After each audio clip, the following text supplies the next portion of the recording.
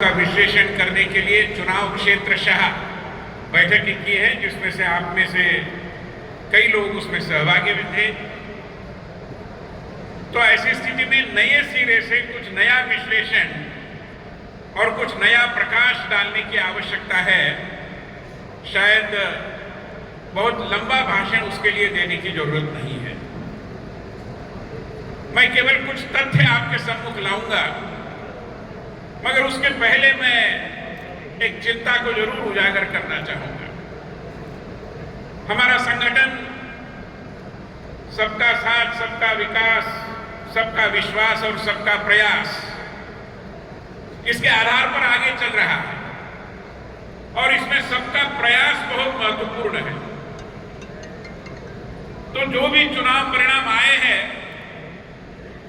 वो हम सबों की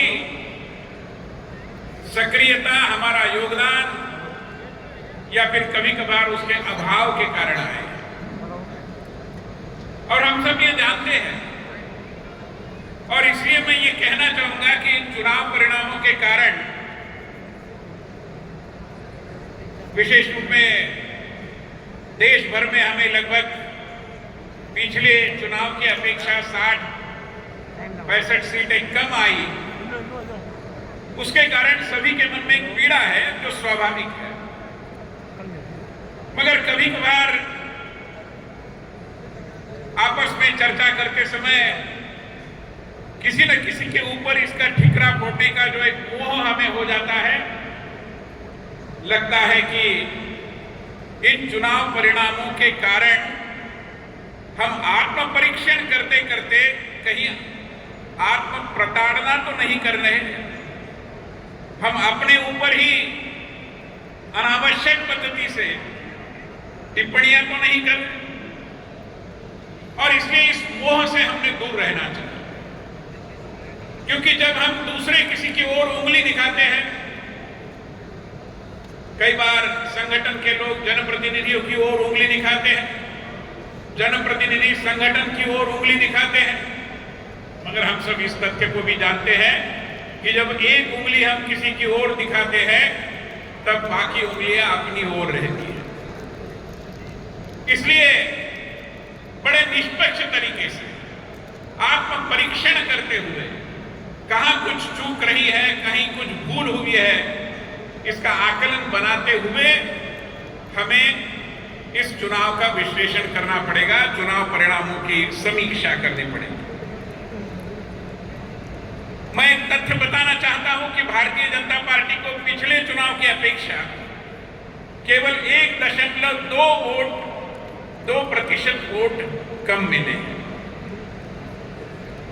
यह बात सही है कि जो वेस्टमिंस्टर मॉडल हमारे देश में है, जो फर्स्ट पास्ट द पोस्ट चुनाव की प्रणाली है, उसके कारण 1% का अभाव भी लगभग 60-65 सीटें हमसे छीन लेने के परिणाम में तब्दील हो जाता है। और कांग्रेस ने भी कोई बड़ी महारत हासिल नहीं की है। हमने तथ्यों के आधार पर विश्लेषण करना चाहिए। कांग्रेस के 2019 के चुनाव में उन्होंने जो मत पाए थे उससे केवल 1.49% वोट उनको अधिक मिले हैं, मगर ये चुनाव प्रणाली का परिणाम है कि उसके कारण उनकी सीटें दुगुने होने की दिशा में आगे बढ़ गई। तो इसलिए इस तथ्य का विस्मरण हमें नहीं होना चाहिए। ये जो सारा हुआ है उसके कारण क्या है? कारण बहुत सारे हैं, मगर सबसे पहले मैं ये कहना चाहूंगा कि जल्दबाजी में निष्कर्ष निकालने की भूल हम न करें। ये वोट हमारी जो विचारधारा है, एक राष्ट्र की विचारधारा है, सांस्कृतिक राष्ट्रवाद की विचारधारा है, कभी कभार हिंदुत्व की विचारधारा के नाम से हम अपनी विचारधारा का वर्णन करते हैं, जो सही भी है। उसके विरोध में अगर ये वोट होता तो ये जो जिनको बाल बुद्धि नेता कहा गया है, वो भगवान महादेव का चित्र संसद में लाना आवश्यक नहीं समझते थे। उनको पता है कि मुझे अब हिंदुत्व के रास्ते पर ही जाना पड़ेगा। हिंदू समाज को अब मैं टेकन फॉर ग्रांटेड नहीं कर सकता, और इसलिए, और कभी कभार मुझे लगता है कि शिव की प्रतिमा संसद में झलकाना तो आसान है, मगर राष्ट्रवाद की विचारधारा का शिव धनुष्य अपने हाथ से उठाना बहुत कठिन है, ये बाल बुद्धि नेता जरूर समझे। इसलिए ये चुनाव और चुनाव का परिणाम और उसमें जो भी विश्लेषण हम करते हैं, तनिक भी हमारे मन में ये विचार आने की आवश्यकता नहीं कि ये कहीं हमारी विचारधारा के प्रति सवाल या निशान है। बिल्कुल नहीं है। क्या ये सुशासन के हमारे मंत्र के प्रति जनता की नाराजगी का लक्षण है? बिल्कुल नहीं। क्योंकि ऐसा होता तो ओडिशा जैसे राज्य में जहां जनता एक विकल्प को ढूंढ रही थी, तो विकल्प के रूप में पुरानी कांग्रेस को उन्होंने सामने नहीं लाया, उन्होंने भारतीय जनता पार्टी को चुना, और आज ओडिशा में भारतीय जनता पार्टी की सरकार स्थापित हो गई। ये एक ऐतिहासिक विजय है, इसको हम कम आंकने की भूल न करें। ओडिशा जैसे राज्य में भारतीय जनता पार्टी की सफलता एक ऐतिहासिक सफलता है। बड़े बड़े राजनीति शास्त्र के विश्लेषक भी चौंक गए हैं कि इतनी बड़ी भारी सफलता भारतीय जनता पार्टी को कैसे मिल पाए। हमारी नीतियों के विरोध में भी ये नहीं है। हमारी नीतियां, हमारे कार्यक्रम ये जनता तक पहुंचे हैं। शायद उसका प्रचार कुछ कम हुआ, उसके प्रति एहसास निर्माण करने की हमारी कोशिश कुछ कम रही, मगर हमारी नीतियां, हमारी विचारधारा, हमारा सुशासन का मंत्र, इन सबों के प्रति हमारे मन में जो एक प्रगाढ़ आत्मविश्वास है, उसमें कहीं भी कम आने की जरूरत नहीं है। हम इसका ध्यान रखें। जो हुआ उसके सामान्यतः 3 कारण ध्यान में आ रहे। कुछ कारणों का उल्लेख पूर्व वक्ताओं ने किया है।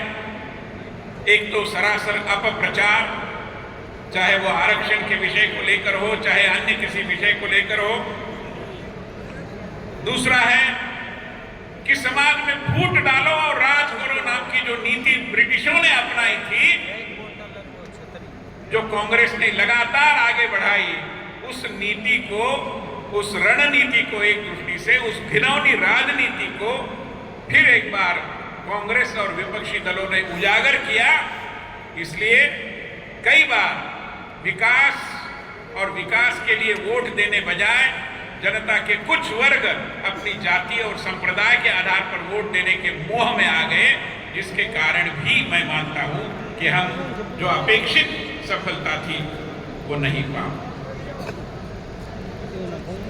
तीसरा है कि कुछ विदेशी ताकतों का भी उल्लेख करना जरूरी है, क्योंकि विदेश में और कुछ देश में भी ऐसे कई लोग हैं जिनके जो वेस्टेड इंटरेस्ट है, जिनके जो हित संबंध है, उनको भारतीय जनता पार्टी की सरकार के कारण वो साधना संभव नहीं हो पा रहा, जिसके कारण विदेश में बैठी कई ताकतें ये चाहती है कि पुरानी सरकार वापस आए, और उन लोगों ने भी कोई कम कोशिश नहीं की, जिसके चलते मैं मानता हूं कि हमें जो अपेक्षित सफलता थी वो नहीं मिल पाई। मित्रों, केरल में हमारा सांसद पहली बार चुनकर आना, केरल में हमारे कई नेताओं को लगभग विजय की सीमा तक जनता ने लाकर रखा, चाहे हमारे वी मुरलीधरन जी हो या राजीव चंद्रशेखर जी हो या अन्य कई नेता हो। तमिलनाडु में भी हमारे वोट प्रतिशतों में जो इजाफा हुआ है उसकी हम अनदेखी नहीं कर सकते। अभी भूपेंद्र यादव जी ने कहा वो सही है कि तेलंगाना में भी कांग्रेस की सरकार है मगर सीटें हमारी अच्छी आई है। आंध्र प्रदेश में हमारे गठबंधन ने अप्रत्याशित सफलता पाई है, और इनके चलते भारतीय जनता पार्टी के कार्यकर्ता के मन में मैं मानता हूं कि कहीं कोई किंतु रहने की आवश्यकता नहीं है। हमने जो पथ चुना है उस पर अडिग रहते हुए हमें आगे जाना है। दो तीन बातें संगठन के संदर्भ में कहकर मैं अपनी वाणी को विराम दूंगा। कहीं ना कहीं हमारे तालमेल में कुछ गड़बड़ रही है क्या, इसका हम सभी ने अवलोकन करना चाहिए। सरकार और संगठन के बीच समन्वय, कार्यकर्ताओं के साथ संपर्क और कार्यकर्ताओं की पूछताछ, उनकी देखभाल और हमारी जो अन्य कल्याणकारी योजनाएं हैं उनका अधिक प्रभावशाली पद्धति से प्रयास, मैं मानता हूं कि इन सब की हमारे लिए आवश्यकता है। मित्रों, कई बार मुझे लगता है कि भारत और भारतीय जनता पार्टी में एक बहुत समानता है। वो समानता यह है कि जैसे भारत को, भारत की ताकत का एहसास भारत की जनता को कई बार होता नहीं, भारतीय जनता पार्टी के कार्यकर्ता को भी भारतीय जनता पार्टी की ताकत का एहसास ही कभी कभी होता नहीं। वो एहसास करा देना यहाँ बैठे कार्य परिषद के, कार्य समिति के सम्मानित सदस्यों का कार्य है। मैं मानता हूं कि 2014 में एक परिवर्तन पर्व शुरू हुआ, 2019 में परिवर्तन पर्व की गति और बढ़ी, और जब देश ने अमृतकाल में प्रवेश किया है तो सुशासन और विकास का नया पर्व एक नए सिरे से, नए उत्साह से, नई उमंग से हमें प्रारंभ करना है। क्योंकि भारत को अगर भारत कहना है तो मित्रों, भारतीय जनता पार्टी को हमेशा मजबूत रहना है। यही इस चुनाव का संदेश है। बहुत बहुत धन्यवाद।